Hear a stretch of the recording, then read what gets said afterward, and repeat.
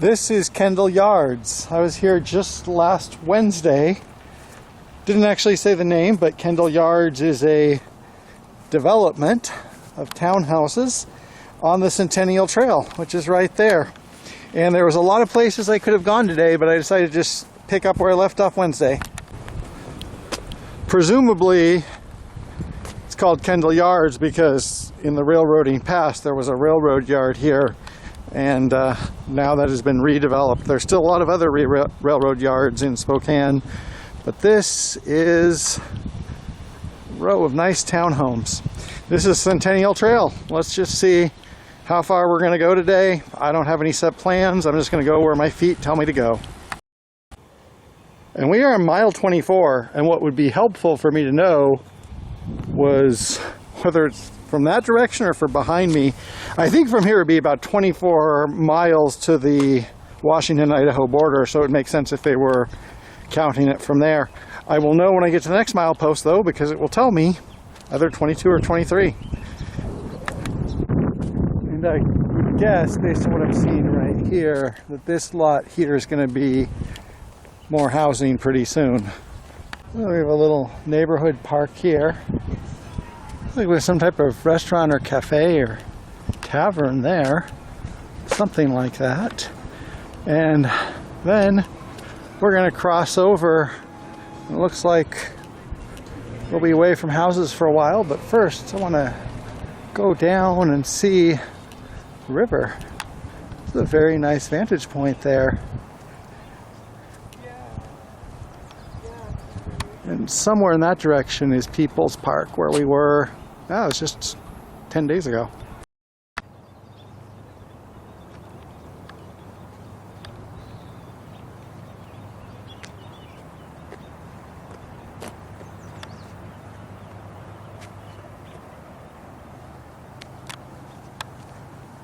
This is a nice day for a walk.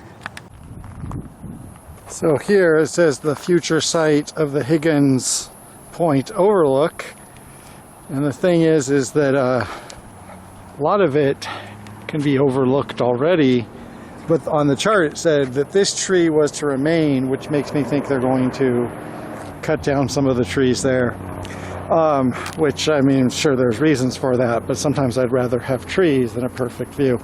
Could also be there's other reasons to take those trees down, that they're going to, drought and fire risk anyway. But along this trail, there are, so far it seems, a number of places where you can pull off and look around. And then sometimes just on the trail, you use pretty good views anyway. The trail goes ahead here, that's the Centennial Trail, and we have this side trail that goes down into Centennial Trail Park, which is not actually part of the Centennial Trail. And I'm going down here because might as well. It's a nice day and might as well take a little detour. So I've walked down a little bit. You can see there we have a bridge, and we've actually seen that bridge before, and I said I was going to cross another day, and today is that day. And we have the bicycle here on a pillar. I mentioned that in the last video. Don't know the story behind that. Probably something that would be really easy to research online. But to be honest, I don't want to know. I'm just going to let my imagination imagine. And so we are crossing over the bridge, and one reason I'm doing that is I do want to get this all into logic, where connect this walk with my walk to Brown's Addition and stuff like that. And over there, I don't know if we can see it, but somewhere over there is where Leta Creek joins Spokane River, where we've been. Okay, so I'm just going to cross this bridge and then start back.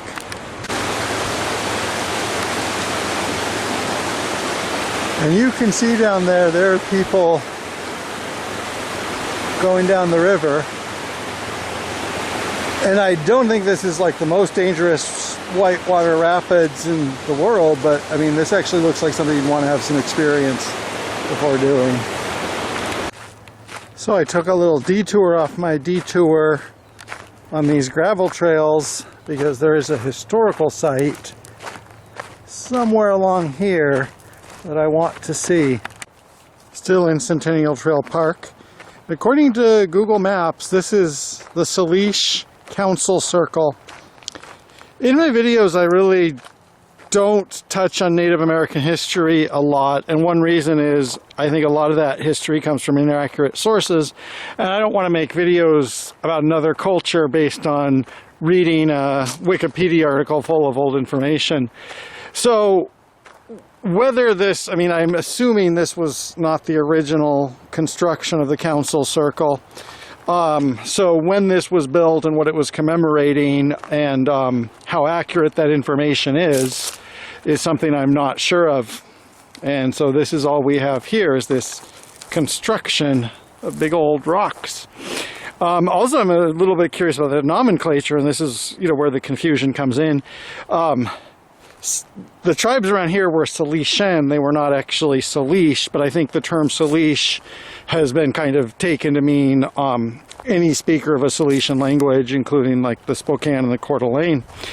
Anyway, so there is a lot of history around here, and I really wish I knew it better, and I just don't cover it except when it's something obvious like this. There's an obvious landmark. I don't know the story of this landmark, but this apparently is a Salish council circle, or was the site of one at some point. And having said that, I'm going to continue up back to the Centennial Trail. I guess I lied a little because I decided instead of turning around and going back up to the trail, I might just come down and see the river, especially because when I'm up on the trail, which I think is up there, I won't really have access to the water. Might as well have a chance to go down and look at the water. Incidentally, that point there, there's somebody walking there, is where Leda Creek enters the Spokane, and we were there 10 days ago, and now we're here. Isn't that magic? So we're about to rejoin the trail. If you look down, that's how far we climbed up from. Not exhausting, but that's a rigorous little climb. And today the weather is not too hot. If I was doing this on a 90 plus day, 35 Celsius day, I would be in trouble from all this. It's a little bit cooler and there's a nice light breeze, but I am aware of that, especially if I'm doing vigorous climbing and stuff like that. It's easy to get really hot really quickly. Brought lots of water, so I'm not too worried though. And there's something we saw. I've seen that many places, but when we were on the Liberty Lake walk along the Centennial Trail, we also saw an osprey nest with an osprey in it. It doesn't look like anybody's home right now. Unlike when we were out on the Centennial Trail near Liberty Lake, one difference is we are so close to the city here. That hasn't been apparent for the last mile or so, but we are close to the city, and that's actually one of the things that makes the walk easier. One of the reasons why I selected today is that if I do get too hot or too tired, don't know how far it is, but just have to walk in that direction, and I can get a bus and go back home and be cool. This apparently leads to Nettleton, and this is the Centennial Trail, so we're going to continue to walk down the Centennial Trail and enjoy these great views of the river.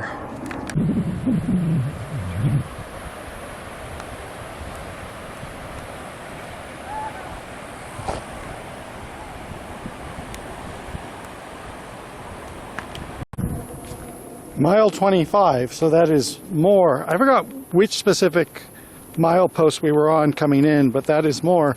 So it starts at the Idaho border and then miles go up as we go to the west and to the north.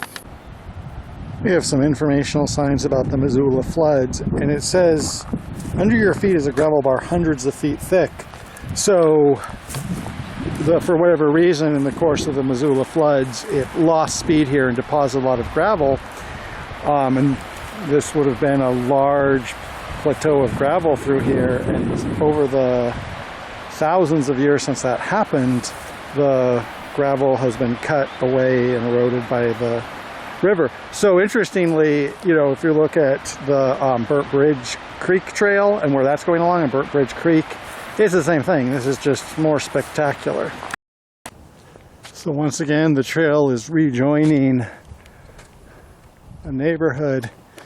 There's some really nice architecture in Spokane. Interestingly enough, on Google Maps, I looked at it and it doesn't show the trail as existing through here. And I thought that the trail did continue, and indeed it does. It's just I was afraid it would just turn into like a sidewalk or something, and I guess it's not showing on Google Maps because we just have this median separated from the road, so Google Maps thinks this is a sidewalk. But as you can see, we still have this wide trail right here. Right here we have a bus stop, and that's the same bus I came in on, so pretty easy to get back, and this bus has half-hour frequencies. So all of this, you can come here on a bus and just go down and stare at the canyon, transit accessible canyon. But I'm not ready to do that just yet. I'm continuing this way. So through here, the Centennial Trail actually has become a sidewalk, and like there's driveways that go through it and stuff, and that's the first time this has happened. Still a nice trail, but not totally protected from traffic and stuff like that at this point. But this is indeed still the Centennial Trail. The trail is blazed through here. I assume this is the trail, and as you can see, we no longer have road separation, so a little bit less pleasant, but still, you know, we have a wide bit here and we have this shoulder. And I probably am going to stop and turn around at some point soon. I just want to see what's over here. We have a little turnout with a viewpoint here, and those views continue to be stupendous. So right here, I have to say this is one of the less attractive parts of the walk. Now the scenery is still attractive, but it's a little bit less restful because don't have clear separation. And I don't know if the trail is still under construction. At some point they're going to add that in. I also have a full sidewalk over in that direction. Maybe I should have crossed the road. But in any case, I'm only walking as far as this bridge, and that's where I'm going to turn and go back into the city today. I actually changed my mind. I'm not going to walk up that way. I'm going to cross the bridge because that goes to Spokane Falls Community College, which has good transit service. But before I do that, I'm going to see if the Centennial Trail continues as a real trail at some point near here. So I just asked a woman, and she says that you have to go across and then the trail continues on the other side of the river. And there might be some type of trail or bike lane here, but this is no longer the Centennial Trail. Nice view of the river from here. Crossing the bridge as well. Crossing the bridge. At least I do have a protected sidewalk here. And I am kind of getting tired and looking forward to, you know, being able to sit down for a while. It wasn't super rigorous, but in the sun, you know, walking for a few hours or however long, yeah, getting a little bit tired. And right here, or right there, trail loops around, goes under the bridge, and goes to a place called Downriver Park there, and then continues as what looks like a quiet, protected trail. Anyway, so today we saw different parts of the trail. Some of them were, you know, really bucolic. Some of them were grand. Some of them were suburban. Some of them were not so great. And there's always more to see. And, you know, I could have gone further. We're at mile 27. But I think for today, I think I'm just going to end the adventure. And we'll continue from here another day.